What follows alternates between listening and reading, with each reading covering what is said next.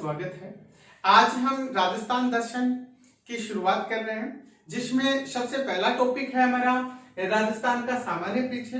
राजस्थान के सामान्य परिचय को आप निम्न बिंदुओं के माध्यम से पढ़ोगे, जिसमें सबसे पहले हम राजस्थान का नामकरण, उसके बाद में राजस्थान की ग्लोबीय स्थिति का अध्ययन करेंगे और ग्लोबीय स्थिति कितने प्रकार की है उसका भी अध्ययन करेंगे।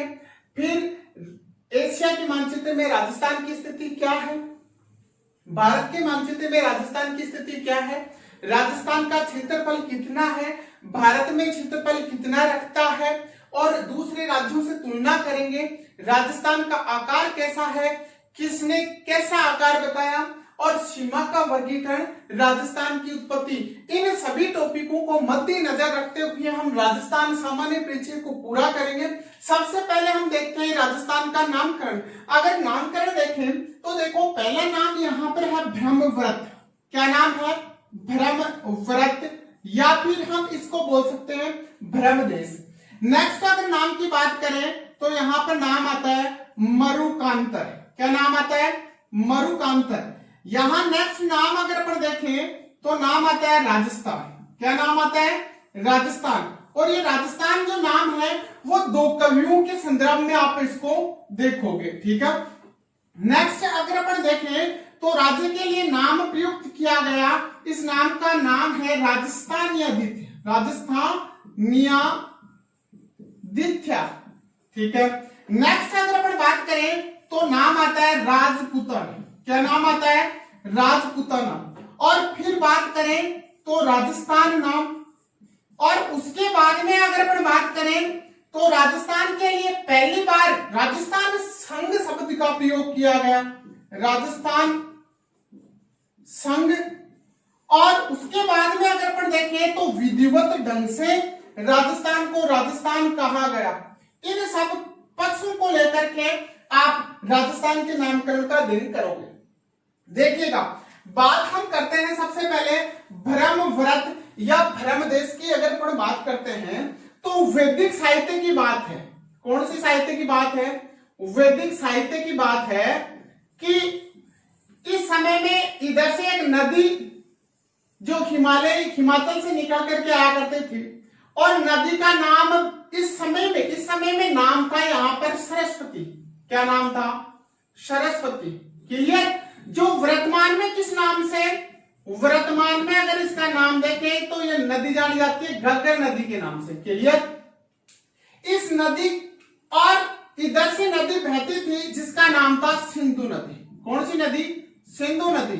इन दोनों नदियों के बीच में जो भूभाग है, इस भूभाग को यहां नाम दिया गया ब्रह्मव्रत। क्या नाम दिया गया? ब्रह्मव्रत, या फिर पुकारा गया ब्रह्म देश के नाम से। किस नाम से?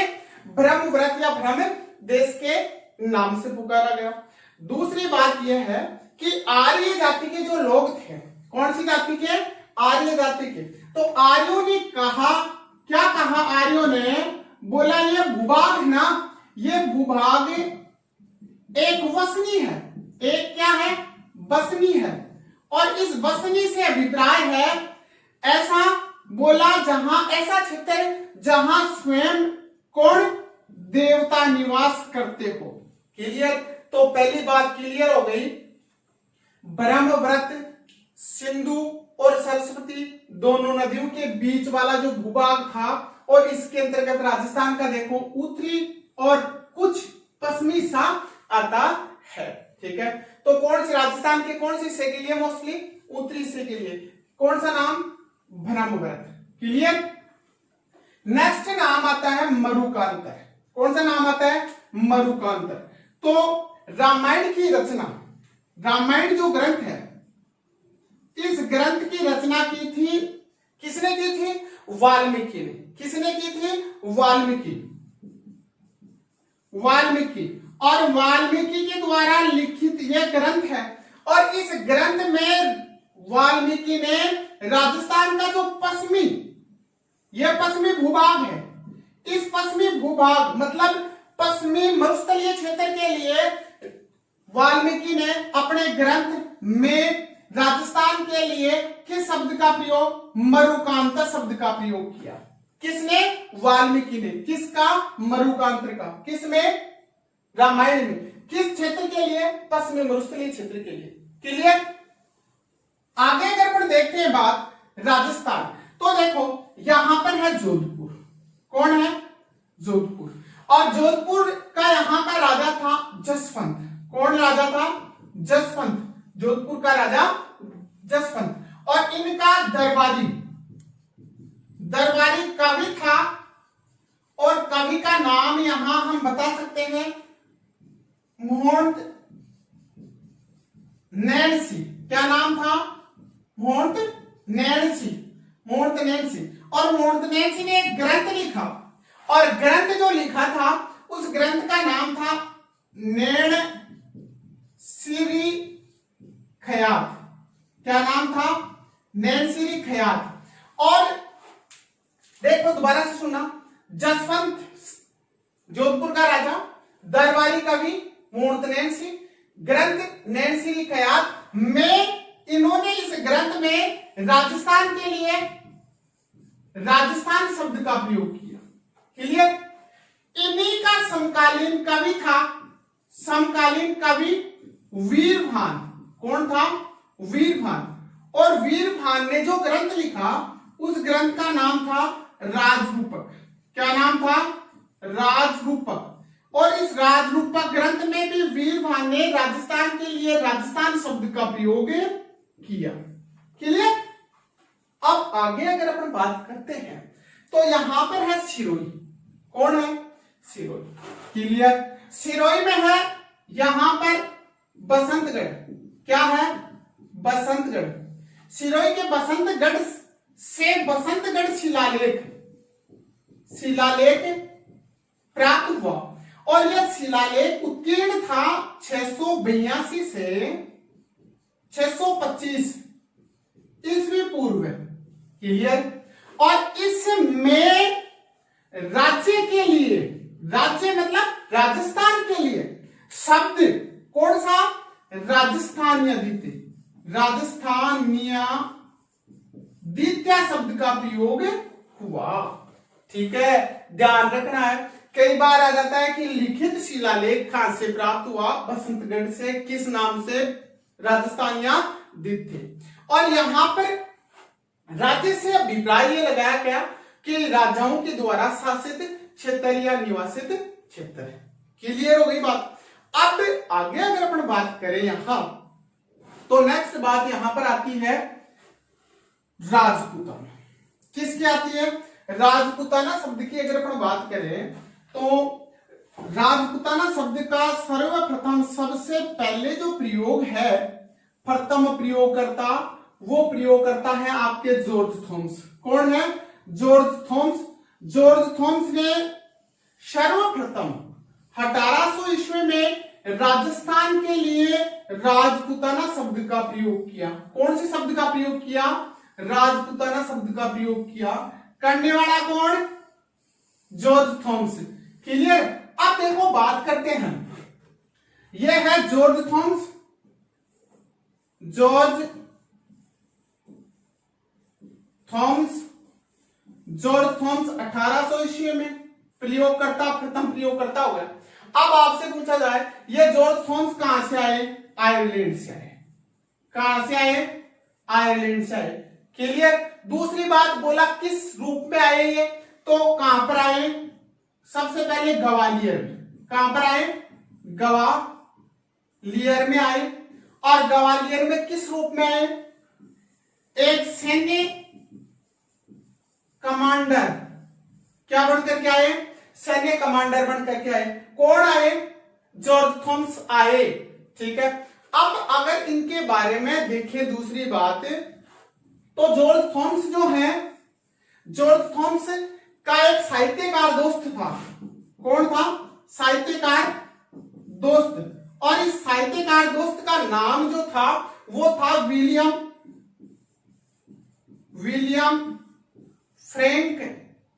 फ्रैंकलिन। ठीक है, विलियम फ्रैंकलिन ने जॉर्ज थॉमस की क्या लिखी? जीवनी लिखी। ठीक है, अब बोला जीवनी लिखी, उस बुक का क्या नाम था? तो उस बुक का नाम आप बताएं। द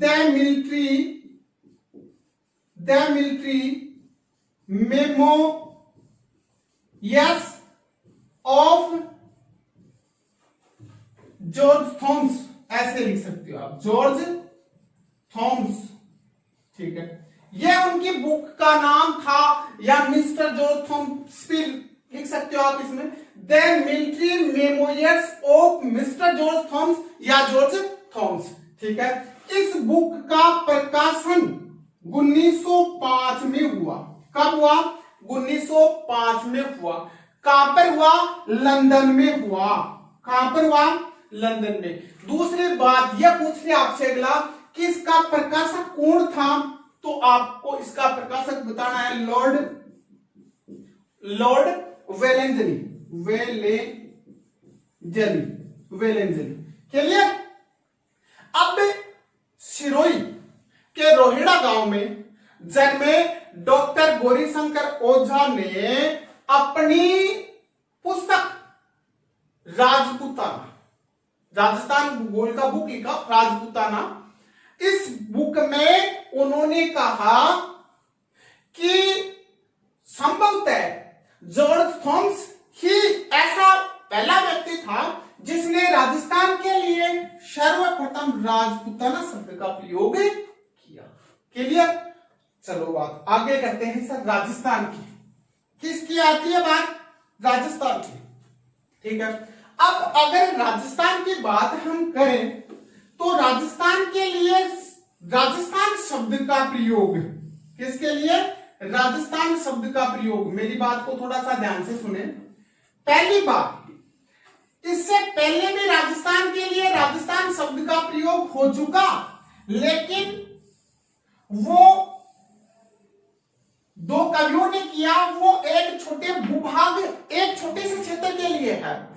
जबकि अब जो नाम आ रहा है राजस्थान, ये राजस्थान शब्द का प्रयोग 1829 में कर्नल जेम्स टोड ने किया, है ना। और कर्नल जेम्स टोड ने 1829 में राजस्थान के लिए राजस्थान शब्द का प्रयोग किया। सबसे पहले हम बात करते हैं टोड की। ठीक है, बोला टोड भारत में आया 1798 ईस्वी में। कब आया? 1798 ईस्वी में। और आया था एक सैनिक रंग रूट पद पर। ठीक है, इसके बाद में अगर अपन बात करें तो ये जेम्स टोड है, कर्नल जेम्स टोड। ये राजस्थान में एक बनकर के आया पॉलिटिकल एजेंट। क्या बनकर के आया? पॉलिटिकल एजेंट बनकर के आया। बनकर सर्वप्रथम सबसे पहले 1818 में आए। कहां पर? सबसे पहले मेवाड़ में आए। कहां पर आए? मेवाड़ में आए। अब बात यह आती है कि ये पॉलिटिकल एजेंट बनकर के कौन कौन सी रियासतों में, तो आपको ये बताना है। क्या बताना है? मेवाड़। क्या बताना है? मेवाड़ रियासत बतानी है। इसके साथ में आपको बूंदी रियासत बतानी है। आदि रियासतों में, मेवाड़ और बूंदी रियासतों में ये क्या बन करके, आदि रियासतों में पॉलिटिकल एजेंट बन करके रहे। 1818 से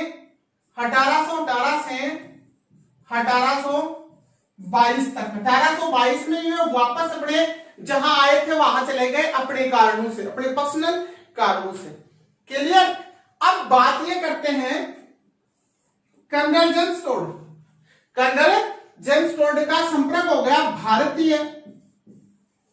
भारतीय जैन संत, और भारतीय जैन संत जिसका नाम था ज्ञान यति चंदर। क्या नाम था? भारतीय जैन संत ज्ञान यति चंदर, जो कि भीलवाड़ा में मांडलगढ़ के थे। इनसे संपर्क इनका हुआ तो इन्होंने इसको क्या बना लिया? अपना राजनीतिक गुरु। क्या बना लिया? राजनीतिक गुरु बना लिया।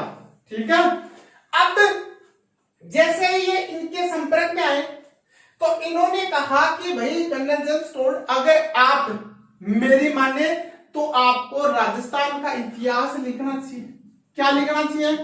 राजस्थान का इतिहास, और राजस्थान के इतिहास को लिखने में आपको रुचि लेनी चाहिए। बात मान गया। किसकी? ज्ञान यति चंद्र की। भारतीय के संपर्क में कोई आ जाता है तो आपको पता है कि माननी पड़ती है उसको बात। ठीक है, मान गया। मानने के बाद में इन्होंने क्या किया कि राजस्थान के इतिहास के साक्ष्य जुटाना प्रारंभ कर दिया, सबूत जुटाना प्रारंभ कर दिया। और साक्ष्य प्राप्त करने के लिए इसने घोड़े को का सहयोग लिया, मतलब घोड़े पर बैठ करके एक क्षेत्र से दूसरे क्षेत्र पर ये जाते थे। और जाते थे तो ग्रामीण समुदाय, कौन सा समुदाय? ग्रामीण समुदाय के लोगों ने इनको एक उपमा दी, घोड़े वाला बाबा। घोड़े वाला बाबा किसको? कर्नल जेम्स टोड को। किसने? ग्रामीण समुदाय ने। क्लियर? अब बात आती है नेक्स्ट इनकी बुक की। अगर इनकी बुक की बात करें तो इन्होंने इनकी बुक जो थी, बुक का नाम है यहां पर the annals and anti cavities, the annals and anti cavities of Rajasthan, ये इनकी बुक थी 1829। इस बुक में प्रयोग किया था इसने, इन्होंने राजस्थान के लिए। राजस्थान। दूसरी बात अगर अपन करें तो इस बुक को जो प्रकाशित करने वाले जो व्यक्ति थे वो थे सर विलियम कुर्क। इस बात को ध्यान रखें, जेम्स टोड का साहित्यकार विलियम फ्रैंकलिन था, जबकि इनका यहां पर प्रकाशक कौन है? विलियम कुर्क है। प्रकाशित कहां हुई? लंदन में हुई। क्लियर?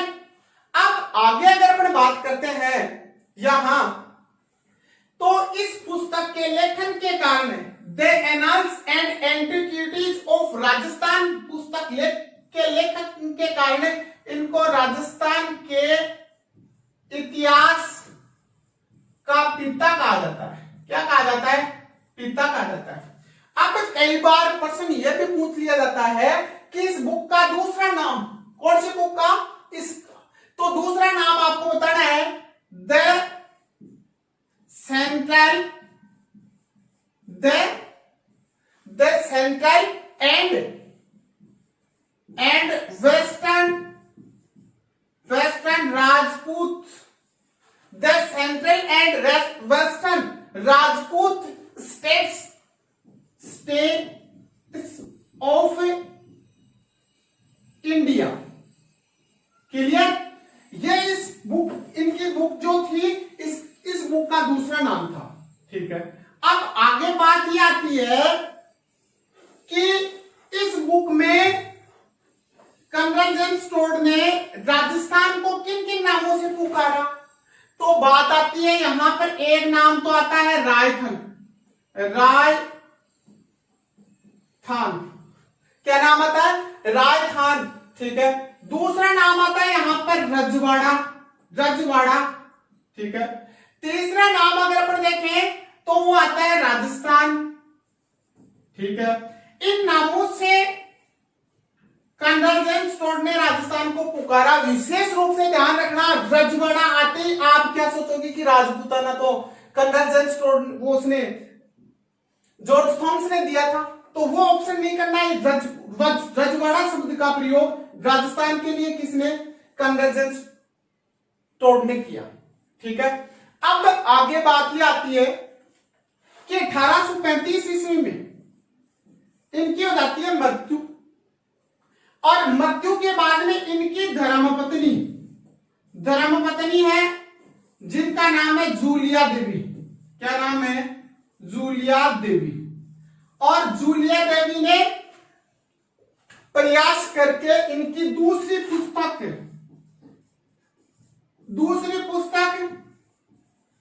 जिसको हम बोल सकते हैं पश्चिमी भारत की यात्रा, पश्चिमी भारत की यात्रा, या फिर हम बोल सकते हैं the travels, the travels in western India, in western India. ये इनकी क्या थी, दूसरी पुस्तक। देखो ध्यान देना, पहली जो बुक थी वो ये थी, इसी बुक का, पहली बुक का नाम ये था, the annals and antiquities of Rajasthan का नाम था the central and western Rajput state of India. जबकि इनकी दूसरी बुक यह है, पहली बुक दोनों का एक ही सेम जो है, ये पहली बुक है, ये दूसरी बुक है, ठीक है। यह बुक इन्होंने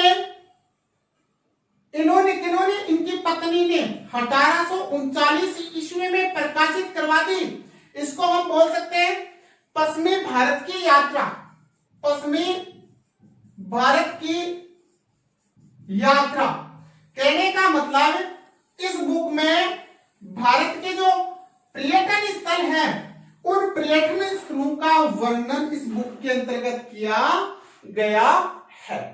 अब आती है बात राजस्थान, राजस्थान शब्द की बात आती है तो सुनिएगा। राजस्थान के लिए राजस्थान स्वतंत्रता के बाद में पहली बार राजस्थान के लिए 25 मार्च 1948 में एकीकरण के दूसरे चरण में या एकीकरण की दूसरी इकाई में राजस्थान के लिए राजस्थान संघ इकाई के नाम से राजस्थान को पुकारा गया। आगे अगर अपन बात करते हैं, आगे अगर अपन बात करें तो राजपुताना के लिए पहली बार राजस्थान शब्द का प्रयोग 26 जनवरी 1950 को किया गया। और 26 जनवरी 1950 से पहले हम राजस्थान को राजपुताना नाम से जानते थे। 26 जनवरी 1950 राजपुताना के लिए पहली बार राजस्थान शब्द का प्रयोग 26 जनवरी 1950 को। ये दिन हमारे लिए एक बहुत बड़ा ऐतिहासिक दिन था। इस दिन संविधान का लागू हुआ था और इसी दिन विधिवत रूप से राजपुताना को कौन सा नाम दिया गया, राजस्थान नाम दिया गया। इससे पहले अगर आपसे बात पूछ ली जाए, 25 मार्च 1948 स्वतंत्रता के बाद में राजस्थान के लिए पहली बार राजस्थान शब्द का प्रयोग 25 मार्च 1948। क्लियर? राजस्थान संघ नाम से पुकारा गया था इस बार 25 मार्च 1948 राजस्थान संघ। आगे अगर अपन बात करते हैं पूर्ण राजस्थान का निर्माण जो है वो 1 नवंबर 1956 में, ठीक है, राजस्थान एकीकरण के कौन से चरण में, 7वें चरण में, ठीक है। आगे अगर अपन बात करते हैं, बोला राजस्थान स्थापना दिवस की अगर अपन बात करें तो राजस्थान स्थापना दिवस जो है वो 30 मार्च, कितने को, 30 मार्च को राजस्थान स्थापना दिवस मनाया जाता है। क्यों? क्योंकि यह दिन एक ऐतिहासिक था। राज्य की 4 बड़ी रियासतों का विलय इस दिन हुआ था। इसके बाद में अगर राजस्थान दिवस पूछ लिया आपसे तो आपको बताना है 1 नवंबर, क्या बताना है, 1 नवंबर। शायद ये चीजें आपके नाम में राजस्थान का नामकरण क्लियर हो गया। सबसे पहले एक बार मैं रिवाइज करवा रहा हूं। ब्रह्मव्रत के नाम से राजस्थान के सिंधु और सरस्वती नदी जो थी, दोनों के बीच के भूभाग को मरुकांतर वाल्मीकि जी का जो ग्रंथ था रामायण, उसमें, उसके बाद में आपने 2 कवियों के संदर्भ में राजस्थान के लिए राजस्थान शब्द का नाम सुना। इसके बाद में अगर अपन देखते हैं तो राजपूताना आता है, राजस्थान आता है, जिसमें राजपूताना शब्द का प्रयोग जॉर्ज थॉमस ने किया, और राजस्थान शब्द का प्रयोग अगर अपन देखें तो कर्नल जेम्स टॉड ने किया। ठीक है, अब अगर अपन बात करते हैं तो वो बात आती है आपकी राज्य की ग्लोबीय स्थिति। राज्य की ग्लोबीय स्थिति के अंतर्गत आप संपूर्ण पृथ्वी के ऊपर राजस्थान की स्थिति, राजस्थान कहां स्थित है, इसके बारे में आप पढ़ोगे। देखिएगा, यह तो है ग्लोब, क्लियर। अब अगर ग्लोबीय स्थिति का अपन अध्ययन करते हैं राजस्थान की का, तो ग्लोबीय स्थिति जो है वो होती है दो प्रकार की। एक ग्लोब के अंतर्गत आती है अक्षांशीय स्थिति। कौन सी स्थिति आती है? अक्षांशीय स्थिति। बहुत ही महत्वपूर्ण चीज है, यहां से काफी बार क्वेश्चन उठे। और एक आती है देशांतरीय स्थिति। कौन सी? देशांतरीय स्थिति। अब हम सबसे पहले अगर अपन देखें यहां ग्लोबीय स्थिति में, तो ये देखिएगा पृथ्वी को दो समान भागों में जो बांटने वाली रेखा है उसका नाम यहां पर है 0 डिग्री भूमध्य रेखा, इक्वेटर जिसको हम बोलते हैं। इस इक्वेटर के ऊपर जो है ये नॉर्थ गोलार्ध है, ठीक है, और नीचे जो है वो साउथ गोलार्ध है, ठीक है। तो इसमें देखिए कि अगर ग्लोबीय स्थिति के अंतर्गत देखें तो राजस्थान पूर्ण रूप से भूमध्य रेखा से कौन से गोलार्ध में? उत्तरी गोलार्ध में स्थित है, क्लियर। और अगर यहां एक देखें अपने ग्रीनविच रेखा, जिसको हम 0 डिग्री के नाम से, 0 डिग्री ग्रीनविच रेखा के नाम से जानते हैं, यह रेखा भारत संपूर्ण पृथ्वी को दो समान गोलार्धों में, एक गोलार्ध जिसका नाम है पूर्वी गोलार्ध, एक गोलार्ध जिसका नाम है पश्चिमी गोलार्ध, दो गोलार्धों में विभाजित करती है। देखो, भूमध्य रेखा उत्तरी और दक्षिणी गोलार्ध में, जबकि ग्रीनविच रेखा पूर्वी और पश्चिमी। अगर अब ग्रीनविच रेखा के संदर्भ में हम देखें किसको? राजस्थान को, तो राजस्थान कौन से गोलार्ध में है? पूर्वी गोलार्ध में। ग्रीनविच रेखा के संदर्भ में पूछा जाए पूर्वी गोलार्ध, भूमध्य रेखा के संदर्भ में पूछा जाए कौन सा गोलार्ध? उत्तरी गोलार्ध। और अगर इन दोनों को मिलाकर के पूछ लिया जाए संपूर्ण पृथ्वी पर राजस्थान की स्थिति कौन से गोलार्ध में, तो आप कौन सा गोलार्ध यहां पर चूज करोगे? उत्तरी और पूर्वी दोनों को मिला दोगे और गोलार्ध हो जाएगा यहां जिसका नाम है उत्तरी और पूर्वी गोलार्ध, उत्तरी पूर्वी गोलार्ध। यह बात हो गई क्लियर। अब सबसे पहले हम जिसका अध्ययन कर रहे हैं उसका वो है अक्षांशीय स्थिति। अक्षांशीय स्थिति के बारे में आप अध्ययन कर रहे हो, साथ में मैं थोड़ा सा आपको अक्षांश के बारे में भी बता देता हूं, देशांतर के बारे में भी बता देता हूं, ज्यादा नहीं। देखिएगा, यह है आपकी पृथ्वी, क्लियर। यह बिल्कुल इससे जुड़ा हुआ है, इससे भी जुड़ा हुआ है, भारत से भी जुड़ा हुआ है। ये चीज आपके लिए बहुत ही वेरी मोस्ट है। यहां से देखिएगा, इस पृथ्वी के ऊपर, इस पृथ्वी के ऊपर खींची गई, पृथ्वी के ऊपर खींची गई जो रेखाएं हैं, खींची गई रेखाएं कैसी रेखाएं हैं? काफी बार क्वेश्चन यहां से आ जाता है, पृथ्वी के ऊपर खींची गई रेखाएं कैसी है? आपको बताना है भाई साहब कैसी रेखा है? काल्पनिक। कैसी रेखाएं हैं? काल्पनिक रेखाएं। अब नेक्स्ट यहां से प्रश्न आ जाता है, बोला ये पृथ्वी के ऊपर खींची गई काल्पनिक रेखाएं कितनी प्रकार की है सर? बोला सर 2 प्रकार की। एक का नाम क्या है? बोला अक्षांश, और दूसरी का नाम क्या है? देशांतर। चलिए ठीक है। बोला अक्षांश का प्रयोग किसके लिए करते हैं? बोला पृथ्वी के केंद्र से दूरी को ज्ञात करने के लिए। किसको ज्ञात करने के लिए? दूरी को ज्ञात करने के लिए। बोला देशांतर का प्रयोग किसके लिए करते हैं? बोला समय विस्तार को ज्ञात करने के लिए इसका प्रयोग किया जाता है। ध्यान रखिएगा। आगे अपना अगर देखते हैं यहां, बोला ये जो अक्षांश है वो कौन सी दिशा से कौन सी दिशा में है, तो आपको ये बताना है कि ये रेखा पूरब से पश्चिम में खींची जाती है और पृथ्वी के सेंटर बिंदु से ये रेखा जो है कोणात्मक दूरी को क्या करती है, प्रदर्शित करती है। क्लियर।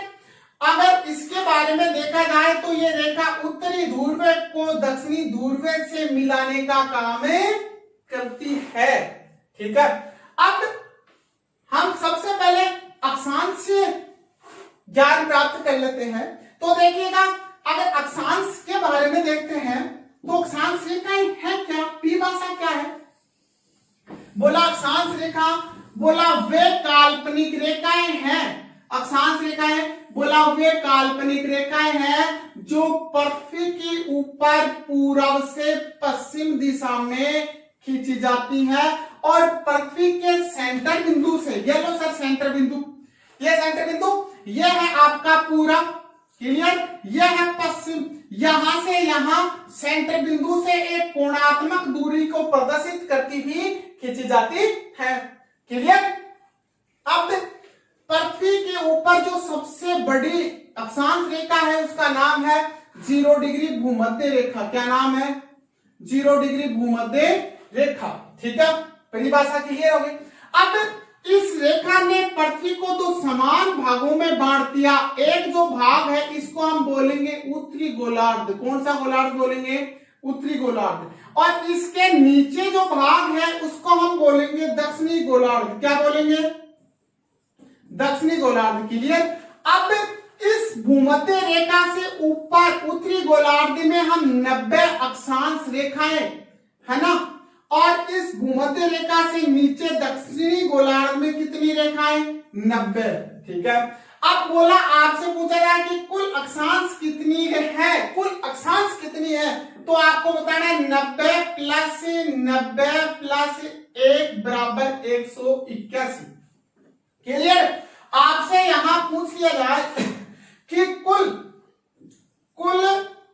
शुद्ध अक्षांश कितने हैं, कुल शुद्ध अक्षांश कितने हैं, आपको बताना है 179। क्यों? क्योंकि ये देखिएगा, आप इस प्रकार से क्या कर रहे हैं, कोणात्मक दूरी बना रहे हैं। ये लो, ये आपने यहां देखिएगा, ये 88 डिग्री का कोण बनाया, यहां पर आपने 89 डिग्री का कोण बनाया। ठीक है। इस प्रकार से अब यहां पर जो है वो बिंदु के रूप में ये रेखा खींची जा रही है। इस कारण से ये अक्षांश नहीं होगी, ये अक्षांश नहीं होगी, ये वृत्त नहीं होगा, ये एक मात्र इंडेक्स बिंदु होगा। ठीक है। इस कारण से ये कितनी है? 179 है शुद्ध अक्षांश वृत्त। और बिंदु के रूप में नॉर्थ पोल और साउथ पोल दोनों के दोनों किसके रूप में? बिंदु के रूप में काउंट किए जाते हैं। अब आपसे छोटी छोटी मैं बातें बता देता हूं। सबसे छोटे अक्षांश वृत्त कौन कौन से हैं, तो आपको इसमें काफी लड़के इसमें गलती करते हैं। सबसे छोटा अक्षांश वृत्त अगर आपसे पूछा जाता है तो आप 90 डिग्री बताते। 90 डिग्री नहीं है, 90 डिग्री तो देखिएगा मैं क्या कह रहा हूं, आप वृत्त किसको कहोगे? देखो, ये एक गोल चक्रिया है, इसको तो आप वृत्त बोलोगे। ठीक है। ये दूसरा है, इसको भी आप वृत्त बोलोगे। लेकिन इसके अंदर जो है वो क्या है? ये बिंदु है, इसको आप वृत्त नहीं बोलोगे। तो इसको आप वृत्त नहीं बोलोगे, इसको भी आप वृत्त नहीं बोलोगे। तो सबसे छोटे वृत्त हो गए, अक्षांश वृत्त हो गए 89 नॉर्थ और 89 साउथ। क्लियर। 2 गए। अब नेक्स्ट आपसे पूछा जाए सबसे बड़ा अक्षांश वृत्त, तो आपको बताना 0 डिग्री भूमध्य रेखा, जिसको हम विषुवत रेखा के नाम से भी जान सकते हैं। यह मोटी मोटी चीज थी। अब 2 अक्षांश रेखाओं के बीच में 111 किलोमीटर की दूरी होती है। सभी अक्षांश रेखाएं देखिएगा एक दूसरे के समानांतर होती हैं। ये गोल चक्र बना रही है। सभी अक्षांश रेखाएं किसका निर्माण करती हैं? एक पूर्ण वृत्त का निर्माण करती है, गोल चक्र का निर्माण करती है। और 2 अक्षांश रेखाओं के बीच में जो दूरी होती है वो 111 किलोमीटर होती है। ये नॉर्मल सी चीजें थी, यहां से काफी बार क्वेश्चन आ जाती है, इसलिए मैंने साथ में आपको ये चीज बता दी है। आप यहां से एक चीज को ध्यान रखेंगे कि भूमध्य रेखा से जैसे जैसे आप चाहे तो नॉर्थ में जाओगे और चाहे आप साउथ में जाए, तो भूमध्य रेखा से उत्तर की तरफ या दक्षिण की तरफ जाने पर अक्षांश रेखाओं का मान क्या होता है, बढ़ता है। ऐसे प्रश्न आ जाते हैं। प्रश्न में लास्ट में जैसे टॉपिक अपना कंप्लीट होगा प्रश्न सोल्व करूंगा मैं आपको। काफी बार प्रश्न आते हैं, ऐसे प्रश्न आते हैं कि भूमध्य रेखा यह है, इससे ऊपर जाने पर अक्षांश रेखाओं का मान घटता है या बढ़ता है। 4 करो या फिर सुमेलित करो, प्रश्न में ऐसा प्रश्न आ जाता है तो आपको बताना बढ़ता है। और भूमध्य रेखा से दक्षिण की तरफ जाने पर अक्षांश रेखाओं का मान है क्या होता है, बढ़ता है। ठीक है, इस बात को आप थोड़ा सा ध्यान रखें। अब देखें, अब बात करेंगे हम राजस्थान की अक्षांशीय स्थिति की बात करेंगे। राजस्थान की अक्षांशीय स्थिति की अगर अपन बात करते हैं, अक्षांशीय स्थिति, तो देखिएगा ये है आपका राज्य राजस्थान। ठीक है, यह राजस्थान जो है वो इस संपूर्ण पृथ्वी पर कहां पर स्थित है इसके बारे में आप अध्ययन कर रहे हैं। तो देखिएगा ये तो हो गई वो, आप बताइए कौन, 0 डिग्री भूमध्य रेखा। कौन हो गई, 0 डिग्री भूमध्य रेखा हो गई। ठीक है, इस रेखा से ऊपर नॉर्थ और नीचे साउथ गोलार्ध। क्लियर। इस रेखा ने, कौन सी रेखा ने, भूमध्य रेखा ने पृथ्वी को तो समान भागों में बांटती है, ये चीज आप कॉमन सी है। अब देखो, इस रेखा से अगर उत्तरी गोलार्ध की तरफ अपन चलते हैं तो इस जगह पर आता है एक पॉइंट जिसको हम बोलते हैं 23 डिग्री 3 मिनट। यह रहा 23 डिग्री 3 मिनट। और यहां से राजस्थान का क्या अक्षांशीय विस्तार क्या हो जाता है, प्रारंभ हो जाता है। ऐसे आते आते हम आ गए यहां 30 डिग्री 12 मिनट नॉर्थ अक्षांश। ये आ गए हम यहां पर इस जगह पर 30 डिग्री 12 मिनट नॉर्थ अक्षांश। अब देखो 23 डिग्री 3 मिनट से 30 डिग्री 12 मिनट के बीच में जो ये बैठा है यहां पर, वही आपका क्या है, राजस्थान है। क्लियर। अब देखो, हम जैसे भूमध्य रेखा से उत्तर की तरफ गए, ठीक है, 23 डिग्री 3 मिनट उत्तर से 30 डिग्री 12 मिनट उत्तर। ठीक है, यह राजस्थान का विस्तार है अक्षांशीय। अब आप इस बात को ध्यान रखना, भूमध्य रेखा से कोई भी स्थान उत्तर में है उसके साथ में उत्तर, उसके विस्तार के प्रारंभ, मतलब यहां से इस जगह और इस जगह उत्तर ही लिखा जाएगा, क्योंकि वो किसके उत्तर में है, भूमध्य रेखा के उत्तर में है। ये देखो, ये भूमध्य रेखा है, ये कौन है, 0 डिग्री भूमध्य रेखा है और इस भूमध्य रेखा के उत्तर में है। इसलिए मैं क्या बोल रहा हूं, ध्यान से सुनिएगा, मैं बोल रहा हूं कि इस भूमध्य रेखा से जैसे जैसे आप ऊपर जा रहे हो, है ना, कोई भी स्थान, चाहे वह स्थान यहां पर हो, चाहे वह स्थान यहां पर हो, चाहे वह स्थान यहां पर हो, और चाहे वह स्थान 90 डिग्री हो, भूमध्य रेखा के उत्तर में है तो उसके साथ में उत्तर, नीचे दक्षिण में है तो दक्षिण उसके साथ में लिखा जाएगा, उसके विस्तार और उसके अंत के साथ में। प्रारंभ यहां से हुआ, अंत यहां पर। ठीक है, अब अगर अपन बात करते हैं आगे बात यह आती है कि राजस्थान भूमध्य रेखा के पूर्ण तय कोण से गोलार्ध में है, उत्तरी गोलार्ध में है। ऐसे नॉर्मल प्रश्न आ जाते हैं और अपन क्या होते हैं कि कंफ्यूज के चक्कर में गलत उसको कर देते हैं, है ना। अब ये बात क्लियर हो गई। अब अगर अपन देखें तो राज्य राजस्थान का अक्षांशीय विस्तार क्रम से राजस्थान का दक्षिणी हिस्सा, यह है राजस्थान का दक्षिणतम हिस्सा है। ठीक है, अगर हम इस दक्षिणतम हिस्से से जैसे जैसे उत्तर की तरफ चलते हैं तो राजस्थान का अक्षांशीय मान जो है वो क्या होता है, बढ़ता है।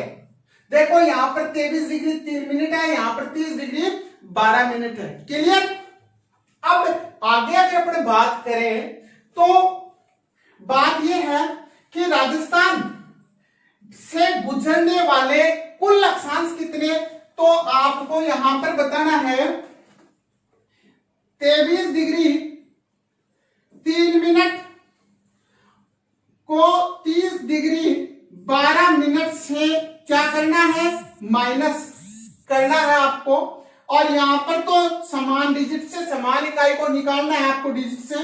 यहां पर देखो 12 में से 3 गए, कितने बचे, 12 में से 3 गए 9 बचे। ठीक है, 9 मिनट और यहां पर बच गए 7 डिग्री।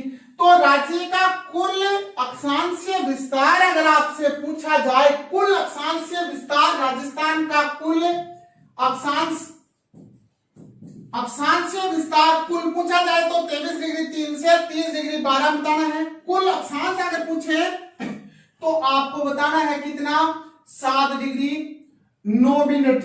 और अगर लगभग में पूछे तो कितने बताओगे, 7 डिग्री। क्लियर।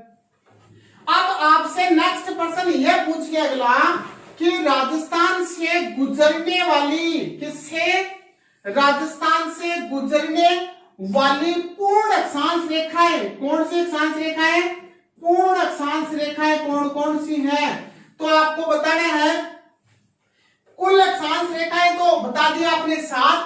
पूर्ण अक्षांश रेखा अगर पूछे आपसे, 1 नंबर लो जी 24 डिग्री और 2